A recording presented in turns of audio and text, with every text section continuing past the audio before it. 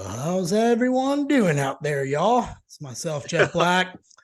You like that, didn't you, Brandon? My co-host, Brandon DeCruz. We're Chasing Clarity, Health and Fitness Podcast, episode 69, Adaptive Metabolisms and Metabolic Phenotypes, Spendthrift versus Thrifty Phenotypes. Ooh, this is going to be not only a tongue twister, Brandon, but it sounds like a good time. But with that being said, how's your last 7 days been? What's been new in your world? Man, the last week I've been a little bit down and out, to be honest with you. As you know, last week I had told you off air that I had an upper respiratory infection, and that knocked me out and down for the count. I very rarely get sick, but when I do, it's like, I'm pretty obsolete to say the least. So all I did was I laid low. I just worked and rested. I focused on my work as well as my schoolwork, and that was about it. But I'm finally starting to feel better. I actually had to after last week's recording, I got off and I was completely hoarse, like from our podcast. And if anyone out there was a couple of people that said my voice sounded off, which I apologize for. I was under the weather, but I ended up pushing back all the podcasts that I had for last week to this week. So I'm going to be overwhelmed with podcasts this week, to say the least. But I'm glad to be feeling better, back in action, and always happy to be here with you, my friend. And especially because you are extra chipper today. You're looking full and round and well fed. And this is the Jeff I like to see, my man, because the last couple weeks before that show, dude, you were depleted. You were fumbling over words, and I just knew that you were like just trying to get through it. I could tell you were almost gonna like knock out sometimes on the podcast. So I'm just glad to have you well fed, in a good place, in a good state of mind. And dude, always looking forward to being able to deliver value to the audience, and then also coming together and working on a project that we've continued to work on and really build upon. So you're trying to say it's more fun. It's not like I should be insulted or anything for how it was the last few weeks. You're trying to say I'm more exciting now, more vibrant, We're more energetic. There we go. Vigorous. Yes, exactly. Cool No, and believe me, I have been to stage 15 times. I understand that depleted feeling that you are trying to give your all, but literally your all is like on that half, gas tank. You feel like you're running on E. But it's good to just see you like in good spirits and just like, not that you're ever not, but it's just like seeing you energized and just full of life. And this is what I like to see. Oh, thanks, man. Yeah, like I was telling you off air, I'm not sharing it. I kind of hit the GH a little hard, but I wanted to do it more for my back and my hips. Because I wasn't using it any like the last 6 weeks. And I had taken up some hits in my hips and things like that towards the end. It's competing at 42. It's not pretty. So did that. I feel good. I've been nailing my rebound. I have no issue there. Digestion turned back on point. I'm doing labs the last Thursday of every month. I go for my blood work this Thursday. That's just so I can kind of keep an eye on stuff, because like I was telling you, I haven't done a proper off season since 2018, meaning I haven't tried to rebound, haven't tried to push weight, gear, anything like that. And after talking to a few people, I have to suck down to welter, and it's almost like that might dwindle my legs. So the goal is to keep me a little bit leaner in the upper body, not really push my chest, not really push my chest or my chest, shoulders, or arms, kind of work on my back details a little bit, and mostly just hammer home legs and eat. So I'm kind of excited for the challenge. I'm not against going up weight class. I feel like if I could get my legs to grow and not have to come down 5 or 6 pounds, it just depletes me too much. And I think I get depleted in the legs. And yeah, I fill back out in the legs, but the problem is to fill back out my legs, I sometimes get some water on me, or my stomach will be hard to control. So I'm hiring a posing coach doing that. I guess what I'm getting at, guys, is I'm going to take the challenge of living it for 52 weeks straight and being able to show up on that stage next year and not be on the outside and not have those judges not look at me. That just won't happen. But besides that, I'm in good spirits because I gave my book out to a few people who I know like avidly like read, and they read like just different things. So they're like me, just peck around, and gave them mine. And the feedback was like superbly well, like blew my expectations. So I get my book back from the line editor. What was nice to know, Brandon, is I spent $18,000. They didn't even fucking edit my book. They just gave me a lot of David Goggins idea. Yeah, lost a lot of money. But I fly out to LA in 3 weeks to meet Steven. I'm going to interview him. And he's going to help me start publishing the book. So as it stands now, I'm going to try to get out at the end of the year. I'm probably going to do a pre-order on my website where it's hard copy signed by me. And then if you guys care for that, that's more directly supporting me. And then Amazon for paperback and Kindle. That way it's just easier for people to be able to get a hold of it. And it cuts down on how many avenues I have to run. So I hired a project manager to help me with all this stuff. And man, it's a lot. I'll put it to you like that. But I'll be honest, man, I kind of dig the challenge. I know you So, do. And think about it. You so already put all this work into yeah. creating that book and really pouring your heart and soul and your story, your memoir into that. So, this is just some of the last obstacles that you have to overcome. And this will just make the journey even more worthwhile when you are able to promote this, do conferences, do seminars, speak on it, do speaking engagements. It's going to make everything worthwhile. I'll be honest with you. I made a goal for myself, and I was telling Jay this, Scoob, because him and I are launching our podcast that we were going to do. We brought Excellence Cartel to the end. Me and my friend Robo would want to do something for a while. Robo's I knew cool, you did. man. I thought And it was we cool were that he talking was about the involved. history one and all that. He's like, I was like, dude, why don't you just come on, Jay and I? And you got like a total gym pop view. You got a completely different view than us. You allow us to go down angles that in past we wanted to go together. And because that's just Jay and I evolving, right? But I told him, I said, I created a goal for once that, you think writing a book's hard. But I decided I'm going to try to aim to be a top 10 world renowned speaker. Like, I really want to get into that. I'm going to go take some speech classes and go do some Hell things yeah. like that and really kind of like hammer home. So if anything, it's going to make me better on the podcast. It's going to make me a Dude, better we're getting coach. practice every single week. I know. But it's going to make me a better coach because I use Loom for all my feedbacks. So I'm going to be able to be, just quicker, better. And that's the stuff, man, that makes life more enjoyable. When you pursue things that kind of challenge you, it leaves you a little bit curious enough to want to wake up the next day more happy than sad because there's a challenge that awaits. So that's my little weird on my little pedestal for the day conversation of just 42 years of wisdom. All right, let's get into this. Adaptive metabolisms and metabolic phenotypes. So, Brandon, we have the Spendthrift versus the Thrifty phenotypes. So today we have a couple of topics we're going to break down. First, what is adaptive metabolisms? And can you explain real quick what a phenotype is so the audience kind of understands that too?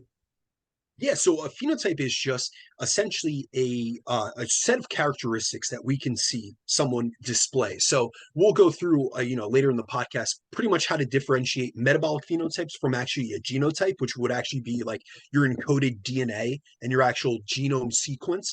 However, when it comes to this topic, based on the last few episodes we've done, such as the 2 episodes ago where we covered the 3,500 calorie rule and how different individuals and sexes respond differently to calorie deficits, and then last week's episode on how our calorie intake impacts and influences our calorie expenditure, I wanted to cover a topic that I often get questions about, which centers around what many will refer to as an adaptive metabolism.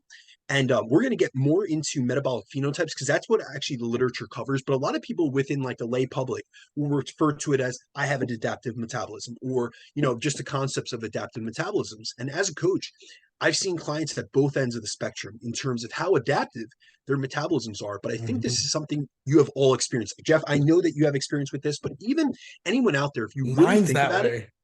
absolutely, and as Yeah. as is mine. So if you really think about Austin's it, the every worst. single person, that's a damn fact. Yeah, He's adaptive in both departments. mm-hmm. So that's another, great N of one experience that it's someone that we're friends with, we've done conferences with, and we've seen him in the trenches in terms of like deep into an off season, eating like more calories than anyone wants, like 7,000 calories, and then dieting on like a bikini girl diet. It's crazy. Yeah, I know. But if anyone out there in the audience isn't familiar with what this term is, I'm going to give you a little bit of an example just so that you guys can realize that we've all seen this. We've all encountered people with adaptive metabolisms, and you may be someone that can relate to this as well, because we all know individuals who can eat a ton, or need to eat a ton just to maintain their weight, let alone to actually gain weight or gain muscle mass. And these are the people that we would generally refer to as hard gainers.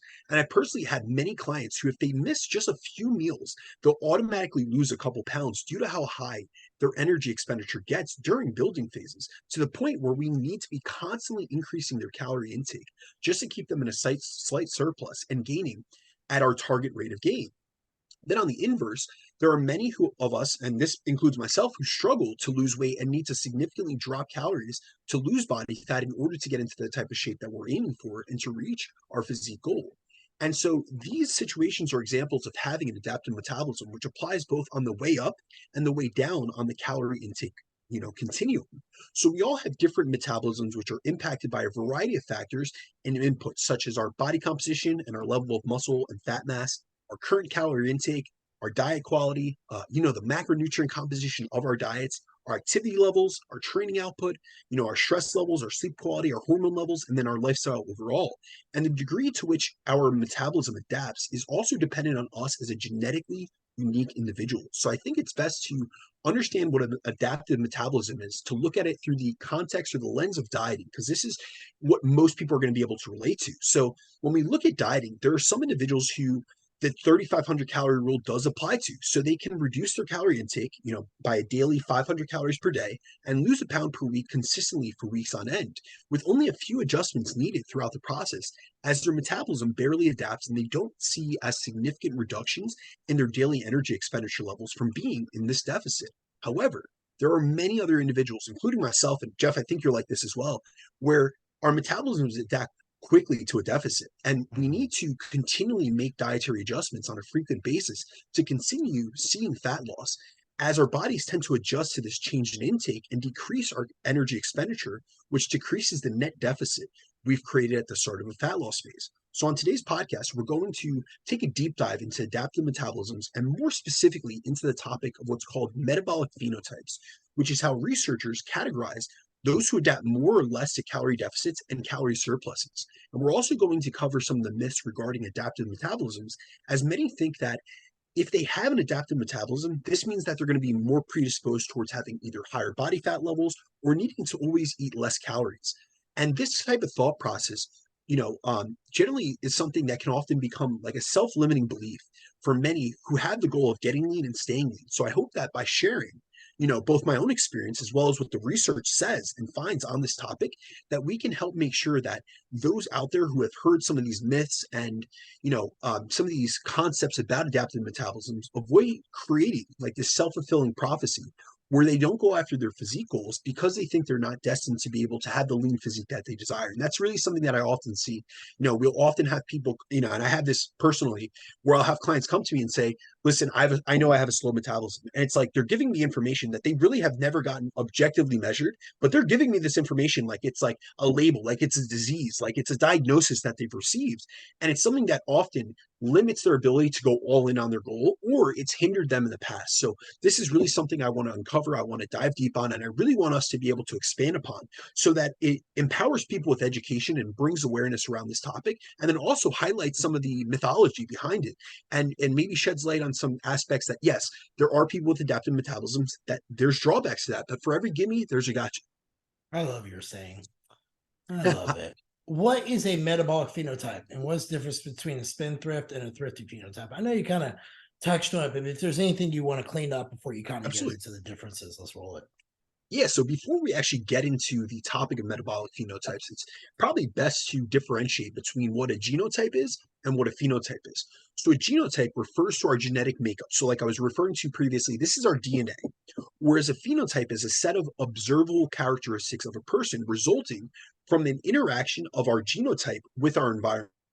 So our metabolic phenotypes are the results of interactions among a variety of factors, which include our diet, our lifestyle, our activity levels, our environment, and our genes. So this is like an all-encompassing type of thing. A phenotype is pretty much the physical expression of all these things factored together. And so there are two main metabolic phenotypes categories that we can fall into, which are either the spendthrift or the thrifty metabolic phenotypes. So metabolic phenotypes are often looked at as polar opposites, as though you're either one or the other. But in reality, it's more like a spectrum that we can exist across, and most tend to lean more in one direction or the other, as some will have more of a spendthrift metabolism, or some will have more of a thrifty metabolism. But it's important to realize that you're not just one or the other. It's usually across the spectrum, so you may lean in favor more of one, but it's not like you're automatically just thrifty. And so someone with a spendthrift metabolism is a type of individual we'd often refer to as a hard gainer, as they're more resistant to weight gain. So spendthrift phenotypes see a greater upregulation in their daily energy expenditure when eating in a calorie surplus. So what they end up doing is they end up burning off some of the excess calorie intake, and as a result, they gain less weight and also less fat during a surplus.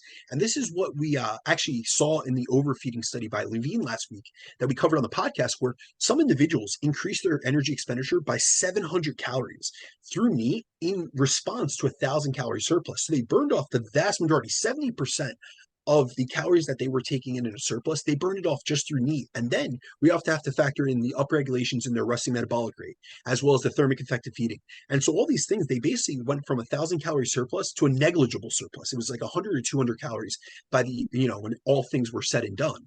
And this is also what I've seen many times with clients who have taken through either a reverse or a recovery diet, where I've increased their calories significantly off the bat, but they continue to stay lean due to their upregulations in energy expenditure. And those with a spendthrift metabolism also tend to experience less metabolic adaptation and less of a downregulation in their total daily energy expenditure when they go into a deficit. So their body is essentially less adaptive when it comes to dieting, and they tend to be able to lose weight without as many adjustments, as they don't downregulate energy expenditure as quickly during a diet. So overall, when we look at these spendthrift individuals, they're essentially less effective at conserving energy, and they're more effective at expending energy in both directions of the energy balance continuum, meaning both when they're in a surplus but as well as when they're in a deficit. And they will generally upregulate their energy expenditure when eating in a surplus, but when they go into a deficit, they also don't experience as large of reductions in energy expenditure due to being more like what we could consider or categorize as like wasteful with energy. So spendthrift phenotypes are less likely to store fat in a surplus and also less likely to experience as many stalls and weight loss during a diet. Now, on the other hand of the equation, or the other end of the metabolic phenotype spectrum, we have those that have a thrifty metabolic phenotype. And those with the thrifty metabolism are less resistant to fat gain, meaning when they eat in a calorie surplus, they're less likely to see this upregulation in daily energy expenditure. And as a result, they're more readily store the excess calories they're taking in as fat. So those with a thrifty metabolism will also encounter a greater degree of metabolic adaptation during a diet, and they'll have a larger drop in their total daily energy expenditure when they go into a deficit. So overall, thrifty individuals are very effective at conserving energy. So these are the people that, like, if we were going into a starved mode, or we were, stuck without food, they're going to survive. It's not the spendthrift individuals. These thrifty individuals are going to have much better survivability than us. However, they tend to be more able to conserve energy in both directions, meaning when they eat in a calorie surplus, they more efficiently store that extra energy as fat. However, when they go into an energy deficit, their body downregulates its energy expenditure to conserve calories. Hence why they're called thrifty, as the body is trying to save and store energy. And although in the literature, these two phenotypes are broken up into separate categories, based on having worked with so many clients over the years and having taken them through both periods of eating in a deficit as well as eating in a surplus, I believe most of us are more so a mix. And that's why I really, and even when you hear researchers speak on this topic, it's not that you fall in one or the other. It's just a spectrum that we're not exclusively just one, but we're kind of along the spectrum. And sometimes things can change over time, like changes in your lifestyle, and they can change you out of this category. But really, when it comes down to literature, they have to kind of like broadly categorize people as one or the other, because that's the only way we can have objective data. Okay, so then does having a thrifty metabolism lead to less success in the fat loss phase and the lower likelihood of long-term weight loss management or weight loss maintenance? Sorry. Yeah, so really when it comes down to, so when many people hear about the concept of having a thrifty metabolic phenotype, most are going to assume that that means that if you have a thrifty metabolism, they're less likely to succeed in losing weight during a fat loss phase, and then also in keeping that weight off during a maintenance phase, due to the fact that they're more predisposed towards storing fat when increasing calories and going into surplus. However, there's recent research which has looked at this exact topic to tease out these questions out in a more objective manner.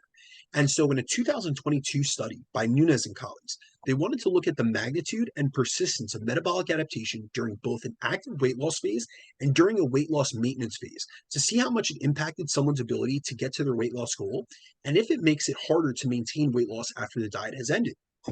What this study did was they pretty much took, former elite athletes who were weight stable but were interested in losing weight, and they put them into a 4-month active weight loss phase, followed by an 8-month maintenance phase where they were monitored throughout the entire intervention. So this was a year-long study essentially. And so throughout the course of the weight loss phase, they maintained an average 270 calorie deficit per day. So this was a fairly small deficit, but it was enough for participants to lose an average of over 4 kilograms throughout the active weight loss phase. And then at the end of the weight loss phase, they found that they had an average metabolic adaptation of 85 calories per day, meaning their resting energy expenditure was 85 calories lower than expected. And this is to be expected because they had lost weight. And then based on the degree of metabolic adaptation each individual participant experienced, they divided participants into either a thrifty metabolic phenotype group or a spendthrift metabolic phenotype group in order to see how much of an impact having a greater degree of metabolic adaptation during the weight loss phase had on their ability to lose weight during the diet and then also to maintain weight during the maintenance phase. Because remember, this was a two-part trial. So they were looking at both interventions. And so in the thrifty individuals, they did experience greater metabolic adaptation than the spendthrift individuals. And as a result, they lost a bit less weight, losing around 3.5 kilograms as compared to the average weight loss of 4 kilograms for the entire group. So yes, they lost a little bit less weight, but it was very minuscule at that. So when comparing thrifty to spendthrift individuals, we see that they will lose weight during a deficit. However, those with a thrifty metabolism will downregulate energy expenditure more, which will result in a bit less weight loss over the same time period as compared to those with the spendthrift metabolism who don't see as large of these reductions in energy expenditure. But what's important to note about this study is that although those in the thrifty group experience a greater degree of metabolic adaptation, it did not stop or prevent them from losing fat. And when we actually compare the groups, those in the thrifty group were actually leaner at the start of the dieting phase and also had less total body fat at the end of the 4-month dieting phase than those in the spendthrift group. So they ended up, by the end of the weight loss phase, they were actually leaner than, despite the fact that they lost, less total weight. Now, when looking at the weight loss maintenance portion of this study, at the end of the 8-month maintenance phase, there was an average weight regain of 0 kilograms for both groups, meaning that the 8-month majority of participants, maintenance. it was an 8-month maintenance. So Okay. 4-month cut, 8-month maintenance. So when they look So at the 1 year. end of this, 1 year's trial. So at the end of the 8-month maintenance phase, they had an average weight regain of 0 kilograms. So they gained nothing. And so, this essentially means the majority of participants maintained all the weight they had lost in the 4 months of dieting and had successfully maintained it by the 1 year mark. And this included those in the thrifty group who had experienced a greater degree of metabolic adaptation. So just because you have a thrifty metabolic phenotype, this does not predispose you to being more likely to regain weight after a diet. So we see that even if you do have a thrifty metabolism, you will be able to lose weight and keep it off as long as you're consistent in terms of maintaining a deficit during a diet and then also maintaining a lot of the positive habits that help you lose weight during a fat loss phase after the diet has ended. So this is really what's vital in terms of the maintenance phase, is really continuing to track your food intake and your body weight, doing things like eating a healthy diet that's comprised of lean protein sources, lots of fruit and vegetables, whole grains, and other low energy density food sources to help you manage your calorie budget and stay satiated.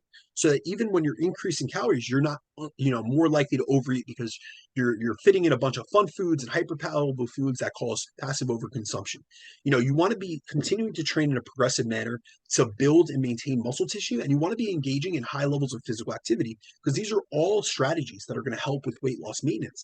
But it's not just based on your phenotype. So just because you have more adaptive reductions in your metabolism as a result of your metabolic phenotype does not mean that you will not be able to lose weight, nor does it mean that you will not be able to keep it off, which is something that many people think that, hey, I have a slow metabolism, I'm predisposed towards this weight regain, and that's really not what we see. Question: does G-Flux help create a thrifty metabolism? No, so a thrifty metabolism would be someone that would actually downregulate energy expenditure. So the concept of G-flux or energy flux would actually increase energy expenditure and make someone more spendthrift, where they're more wasteful with energy because they're expending more energy. Okay, I don't know why that popped in my head, because I just started thinking about people like overdoing stuff, and then you're always in a negative state because, dude, I get people who like come to me and they like do like 20,000 steps a day and eat like 1,500 calories. I'm like, whoa, like that's a lot. Like, are you like, could G-Flux create that problem? I guess maybe better said. No, so when we look at metabolic phenotypes, actually in the literature, it is based on the reductions in just from energy intake, how you respond to what are called perturbations in energy intake. And so it means how you respond to an energy deficit or an energy surplus and how your metabolism adapts. So they actually do, and we're going to go through this. They do fascinating fasting trials where they look at someone's resting metabolic rate and see how much it adapts in the course of 24 hours of just strictly fasting. And you'll see that those in the adaptive, metabolism group, which is the thrifty metabolism, downregulate energy expenditure much more precipitously. And this is them sitting like through in a metabolic chamber for the entirety of the day. So no physical activity. It's just a natural predisposition towards downregulating energy expenditure when they're in a state of what's called low energy availability. Okay, good. Thanks for clearing that up. I was just wanted to know, like, kind of think that one out. Probably maybe a stupid question, but you know what? You never know to ask. Does those with the thrifty metabolic phenotype have a lower TDEE when eating at maintenance due to having a more adaptive metabolism? Ooh, that's an interesting question. This is another assumption that I find many make. And so, when it comes to the different metabolic phenotypes, a lot of people believe that those with a thrifty metabolic phenotype will always need to eat lower calories to maintain their body composition and their body weight. And they base this on the fact that their energy expenditure reduces more during a deficit and increases less during a surplus. And this notion also causes many to believe that if they do have an adaptive metabolism and lean more towards being more of this thrifty metabolic phenotype, that they're destined to have higher body fat percentages. But as the last study, showed, that isn't the case at all. And so those with a thrifty metabolism actually were leaner at both the start and the end of that last study than those with a spendthrift metabolism. And there's a lot of research that has been done on metabolic phenotypes that has found that individuals with thrifty metabolisms tend to actually have higher resting metabolic rates at baseline than we'd expect. So one reason why they experience a larger drop than spendthrift individuals may be because they're starting at a higher baseline value to begin with. So your metabolic phenotype only seems to impact you during periods of under and overfeeding, such as when you go into a large deficit or a large surplus. So when there are large changes in energy intake, this is where we see, someone's metabolic phenotype express itself, and especially in terms of its effects on body composition. So even if you have a thrifty metabolism, it doesn't mean that you have a low metabolic rate or you have a higher baseline body fat percentage, nor does it mean that those with a spendthrift metabolism are naturally leaner and have a higher metabolic rate than you. And this is important to realize, as a lot of people are under the impression that they have higher body fat percentages than they want because they have a low resting metabolic rate or they have a slow metabolism. But that's actually not what we see in research. What we do see is that those with higher body fat percentages generally have much lower energy expenditure due to having lower NEAT levels, which is often what separates lean and obese individuals, as lean individuals spend an average of 2.25 more hours on their feet per day than those who are overweight and obese. So it's important to note that metabolic phenotypes only refer to how an individual responds to fasting, calorie deficits, and calorie surplus. So it doesn't apply to where someone's energy expenditure is at maintenance calories or what their baseline body fat percentage is, which is something that was actually just looked at as a recent, I believe it was a 2021 study. And so a recent randomized controlled trial looked to categorize participants based on their metabolic phenotype in response to underfeeding. And to do this, they started the trial with an underfeeding condition where participants were put into a 24-hour fast, so essentially a 100% caloric deficit, and had their energy expenditure monitored by a metabolic chamber. And they categorized participants who had a decrease in their total daily energy expenditure of 177 calories or more from a complete day of fasting as a thrifty metabolic phenotype, whereas those whose energy expenditure decreased less than 177 calories for the day were categorized as a spendthrift phenotype. And after dividing participants based on their metabolic phenotype, they looked at how these individuals responded to different states of energy balance to see how their total daily energy expenditure changed at different levels of calorie intake. And so each participant went through 3 dietary conditions after this fasting condition once they were separated out. And so there was an energy balance condition where they were given their exact maintenance calorie intake. And keep in mind, they were in a metabolic chamber. So everything's being measured like very accurately through doubly labeled water. So they know their exact maintenance intake. And then there were 2 overfeeding conditions. Now, in both overfeeding conditions, they were given double their maintenance calorie needs, but in one condition, it was a low protein overfeeding day where only 3% of their calories came from protein.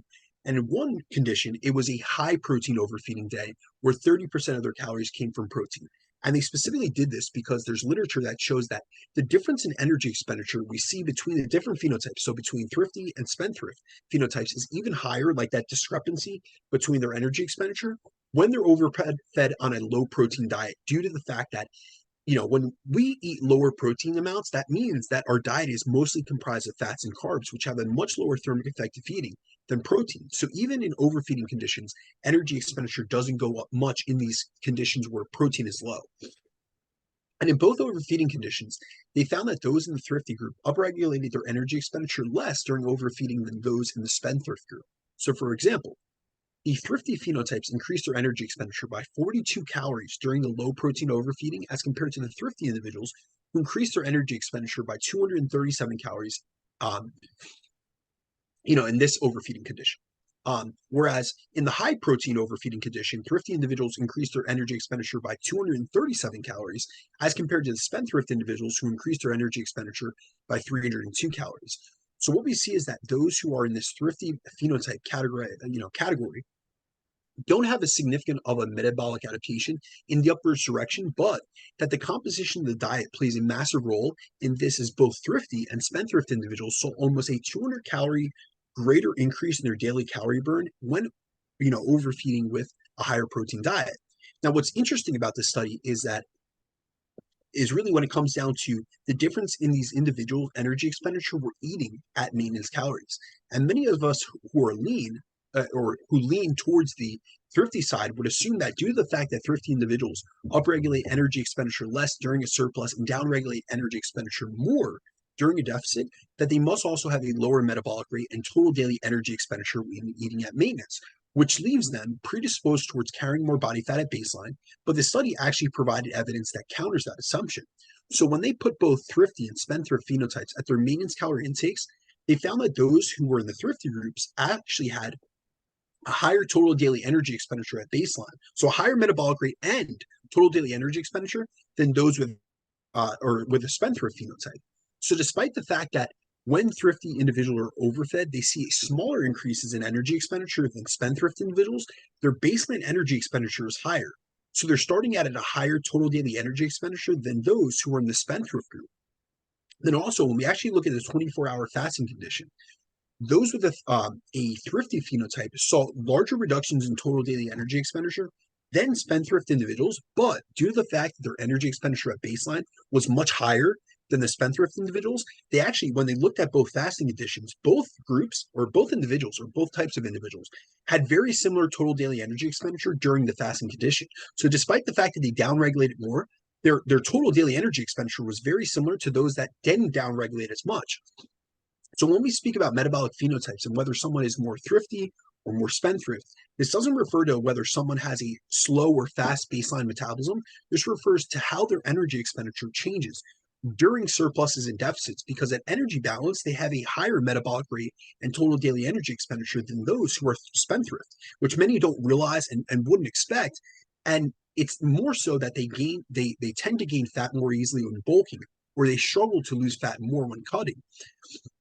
And so this really goes against the fact that people will think that they'll always need to live on lower calorie intakes, because if we actually look at their maintenance calorie needs, they probably will be able to eat more calories than those in the spendthrift group who are less adaptive, to both under and overfeeding, which is something I really wanted to point out, as these type of phenotypes aren't deterministic. Like when we hear about spendthrift, we hear about thrifty phenotypes. These aren't deterministic in terms of what your body composition will be like.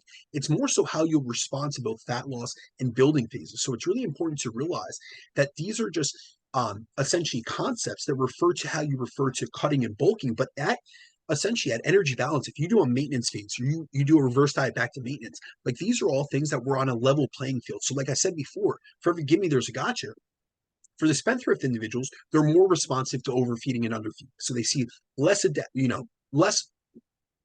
reductions or less increases in energy expenditure in terms of some of the perturbations in energy availability. However, those in the thrifty group actually have a higher baseline metabolism, so they can eat more and stay weight stable. And so, for every give me, there's a gotcha in terms of we got to play the cards that were dealt. And for, one thing that we think is a drawback. So, thrifty individuals will think to themselves, listen, I'm more predisposed towards fat gain, or it's harder for me to lose weight. But at energy balance, you have probably more calories to play with. So for every drawback, there's a benefit. Agreed. Now we're going to get our own experience with different phenotypes and adaptive metabolisms. I'm going to start on this one. Let's take out endomorphs for just a prime example. Those are people like me. Like I legitimately get adapted very quick, and I can endure a beating and just barely pull down, right? Like, and then you got people who are like you, who I know has to eat to be able to gain any appreciable size, and that's not really the case for me either. But I eventually get to a point where like I push and I max out and I have to do a cut. I think here's the thing. I like to you don't really understand adaptive metabolism until you track a client what they do long enough, and you get to understand like part of the phenotype is their behaviors and things like that. And that's how you can really break it down for them and be like, hey, guy or girl, you kind of got this going on. These are the kind of things I've seen before. And I think, you might be one of them, and that sucks, but that would explain a lot of your problems. It's not a hormone problem. It's not a gut health problem. It's not you're not disciplined enough problem. It's just gonna adaptive metabolism is the way it is. And some people, man, like I got one girl, dude, she weighs 120 pounds. She's eating like 90 fat, 380 carbs, and like 150 protein. I can't even get her to like put anything on. You know what I mean? And just you have to push and push and push to get anything out of them. So that's kind of been my experience. I think from a coaching standpoint, I'm gonna give my lens on that one. You can give more of a broad base because I know you're gonna have different ones that, but like with gym pop people, I haven't really found many gym pop people who have an adaptive metabolism when I stumble upon them. Most of them don't eat enough. Most of them don't even understand maintenance. Most of them don't even understand things to be doing right. But if you have people who are weekend warriors and things like that who've collected data and they share it to you, you can kind of maybe understand. But once you start tracking, once you start putting all the variables together, which I do think the behavior piece is a big piece of the Massive. phenotypes. And I think we kind of ignore that in our industry because we spend too much time saying, well, we're not therapists, we're not this, we're not that. I'm like, well, kind of you are, because when people are We're hiring you for everything. this, yeah, but when people are hiring you for this, man, it's because they don't believe in themselves. Nobody around them believes in them and encourages them. So therefore, it's a financial exchange for promises kept.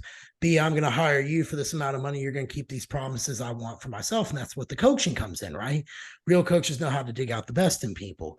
But I think that the behavioral side to it and really kind of understand how people accept the coaching, and most importantly, like where the fuck they're coming at you at. And the third thing to that is they want to like be supported. It's not your job to berate them. If they want to reveal their whole life to you, let them. You know what I mean? It's because they trust you. These are all good things I wish we would talk about more in the industry. Absolutely. So I just went over essentially what the research categorizes, Mhm. or delineates. But really, Right. when you hear like, even in like the conclusions or like the extrapolating findings or the limitations in a study, they'll even mark down like some of the top researchers in this industry will say that they'll admit that this is more of a spectrum. So it's not like people are either 100% thrifty or 100% spendthrift. And this is honestly what I've seen in practice. I personally have a very adaptive metabolism in both directions, like Yeah. Jeff was mentioning. So during fat loss phases, I need to continually reduce my calories on a frequent basis to continue dropping body fat and to keep hitting like the rate of loss that I'm shooting for, which generally is like 0.5 to 1%. So it's not even aggressive. But my energy expenditure tends to drop significantly when I'm in a deficit as compared to when I'm eating at maintenance. So even when I create a deficit that should yield like a 0.5 to 1% rate of loss per week, it usually doesn't produce the rate of loss for more than a week or so. And so I'm constantly having to, and this is including the fact that like I nail every variable. We're talking everything from my nutrition to my training to my cardio to my steps. Doesn't matter. I have an adaptive metabolism. I'm going to need to make adjustments on a frequent basis. But then when I start increasing calories, so when I've done reverse diets or I've done recovery diets, or I go back to maintenance, and usually what I see is that I'm continually able to, or I'm consistently able to raise my calories and maintain right around the same body weight and body fat percentage as my maintenance calorie intakes, tends to fluctuate quite a bit, especially when I'm active. Like I have a large calorie range that I can maintain my weight and Mhm. my body composition on. However, as you were mentioning, Jeff, during building phases, man, I really need to push food, dude, Yeah. to see any tangible change. So once I get to maintenance, it's a big range, but then I really got to push. It's 4,000 plus calories just to start seeing, any type of progress. And really, what it comes down to is I become far more active. Like even just the way I talk, the way that I communicate, even just like subtle things, I'm becoming more active. So essentially, I'm eating away at that surplus, and so I'm constantly having to put more energy into the system. So essentially, what I found is that those with adaptive metabolism will notice that it takes less calories than they'd expect, or more calories than they'd expect to gain muscle. And then it takes less calories than they'd expect to lose fat. And this is why I always try to point out the fact that your maintenance calorie intake is a range and not this set threshold. It's not this caloric threshold or target that your average calorie calculator would have you believe. So it's not like we give you one number and that's your maintenance and that's what you have to nail every day and that's what's going to maintain your body weight, because it is a spectrum. Things are going to change. What we have to realize is that although there are many inputs that can affect our metabolisms, we need to take the information our body is giving us and work with it, as there are many factors within our control and out of our control. So personally, I know my body maintains weight fairly well, meaning I have to eat a lot to gain muscle, yet I have to eat a lot less than you'd expect to lose body fat. So when it comes to dieting and getting lean, I know that I'm going to need to take calories fairly low. Like that's something that I've seen time and time again. It doesn't matter how many times I diet, I'm generally gonna have to, essentially cut calories really low for someone in my body weight to be able to get into the shape that I'm aiming for. And so what I've just, learned to do is to embrace it and to just, know that this is part of the process and this is what I want to do to get to, or I need to do to get to my physique goal. And then I always remind myself that once I transition back to maintenance, I'll finally be able to eat enough to finally feel full and satiated. So during the times that I'm suffering and I'm like starving, I always remind myself, like, this is temporary. Like, this is only in this moment. And everyone responds differently both to dieting for fat loss and overfeeding for muscle gain. And even if you were to start your diet at the same amount of calories as someone else that's of your same body weight or even your same level of muscularity, like you look at someone in the gym and you're like, oh, we have similar physiques.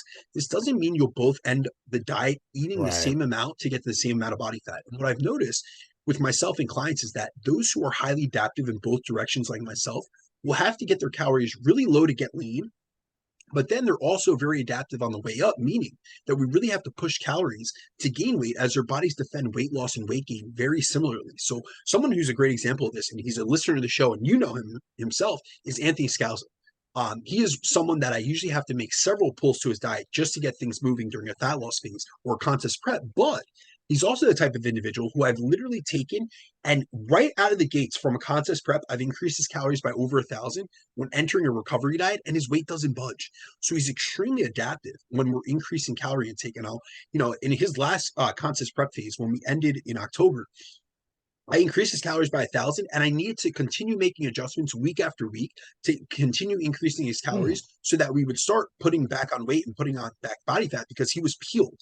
And then there are other clients who don't seem to adapt as much and are able to get lean using less aggressive pulls and calories during a fat loss phase. So I'm actually taking one of my contest prep clients through it, just a regular fat loss phase. He's staying off of the stage this year.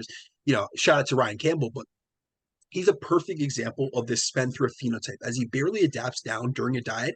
So one dietary adjustment can cause him to lose fat for weeks on end.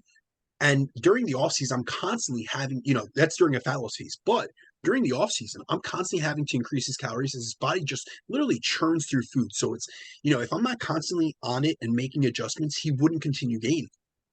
And then I have clients who are more on the thrifty side, like very in that thrifty category, where during a fat loss phase, their energy expenditure down regulates quickly. So we need to make more adjustments to keep them losing. But then during a building phase, I need to be more conservative with the degree of surplus that I use with them because they're more predisposed to gain fat if we increase calories too quickly. However, with these thrifty individuals, I've noticed that they're able to maintain their weight and body composition on a fairly high maintenance calorie intake. So although they may have some, a bit of difficulty during a diet, they tend to thrive when eating at maintenance. So just as everything with life, and I was mentioning previously, like for every gimme, there's a gotcha. We really have to focus on what's in our control. We can't, really determine or influence whether we were born with a thrifty or a spendthrift phenotype. However, we were given a hand of cards and we can play them to the best of our ability. And that's really what we have to focus on. So if you guys collect this data and you realize, don't let this be a self-fulfilling prophecy or a self-limiting belief where because you may have a thrifty metabolism that you think that you're predisposed towards higher body fat levels or less meat, having to live on lower calories. That isn't the case. We see that in the literature. However, if you do notice that you're someone like myself, you have an adaptive metabolism, just take that data and work with it and let it leverage it so that it could best serve you during the phase of the goal that you're trying to attain in that moment. And know that this is not always going to be a permanent thing. Remember, dieting is a temporary condition. It is something to get to a goal. And then there's going to be a time to diet, and then there's also the vast majority of the year should be spent either at maintenance or in a surplus. So this is where we take this information, we take the research, we take our own experience, and we really learn to, put it into an applicable fashion, and we're able to take what's shown in the research and what these adaptive changes are, and be able to apply it in the real world with clients to get them to their goals. I have a question for you. If you're listening to this podcast as a Gem Pop listener, what would be the one takeaway you'd want them to understand most of all from this topic? Your metabolism is not in control, nor is it deterministic of your body composition. What's really the most influential factor is your lifestyle, your activity levels, your diet. And yes, there are people that are more predisposed towards, say, losing a little less weight or gaining a little bit more fat when they're in a surplus or in a deficit. However, as we see during maintenance, we're all, pretty much at the same level playing field. And also, all your actions are what's going to, your daily actions are what add up to the results that you receive and the results that you see. And so, really, when it comes down to it, there are factors that are outside of our control. We can't get too fixated on that with your genes and things like that. That's why we're talking about phenotypes rather than genotypes. We're not talking about your genes in particular. Yes, your phenotype is an interaction of your genes, your environment, your activity levels, your decisions, Mindset, your all that habits, your shit. Yeah. behaviors, everything. However, the vast majority of things that determine your phenotype is the things that you do. So if you see that you have an adaptive metabolism and you are a thrifty metabolic phenotype and you downregulate energy expenditure, do what I do and increase your step count during a deficit. Make sure that you stay on top of your calorie tracking, you're accurate with it, and you're counting all your bites, licks, and tastes in your sauces, your condiments, your creams, all that kind of stuff. And be really accurate so you don't think that you are stalled out because you're not eating, you think that you're eating, 1,200 calories, but in actuality, you're eating 1,500 calories, and that's why you're stalled out. Or during a gaining phase, just take a more conservative rate of gain and really put yourself in a situation where you're more likely to gain lean muscle tissue and less likely to gain unnecessary or excessive fat mass. And really, when it comes down to it, realize that your actions are always going to, what are always going to be what gives you a better payoff than your deterministic genes. Dude, phenomenal podcast framed out. I appreciate that. I know the Absolutely, audience man. does as well. B doesn't get enough credit for that. And my job is to keep the machine rolling and ask questions if they're there and so forth. But he does a good job building this. So you guys give him all the love on it. And with that being said, we appreciate the shares, likes, support, all the things you guys are throwing our way. So with that being said, B, where can everybody find you at, bro? Absolutely, guys. Feel free to reach out to me on Instagram at Brandon DeCruz _ or on my email, which is bdecruzfitness@gmail.com. And as always, guys, please remember to rate and review the show.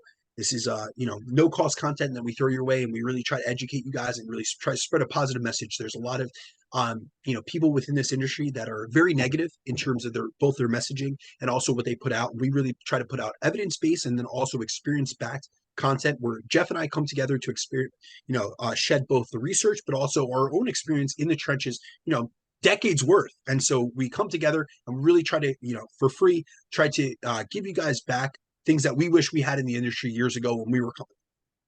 100%. You guys can find me, Jeff Unbreakable Black, on Instagram, and I'm on YouTube there. I like that. Relentless Forever. You guys will be seeing my interview with Steven Pressfield soon on there. I'm looking forward to that. Ride. Man, God, if you had told me 4 years ago I was going to meet a guy like idolized his work, and not only that, he was going to take his time to hold me accountable to do this, I would be like, fuck off, liar. You know what I mean? Like, I'm just blowing you off. Literally a dream come true, man. Yeah, no, it really is. Well deserved. And I'm better for it. And that's why I tell everybody I'm better for it. So with that being said, guys, like, share, better be 5 stars on Spotify, all the good stuff. And B, you have yourself a good day, bro. You as well, my man. Peace.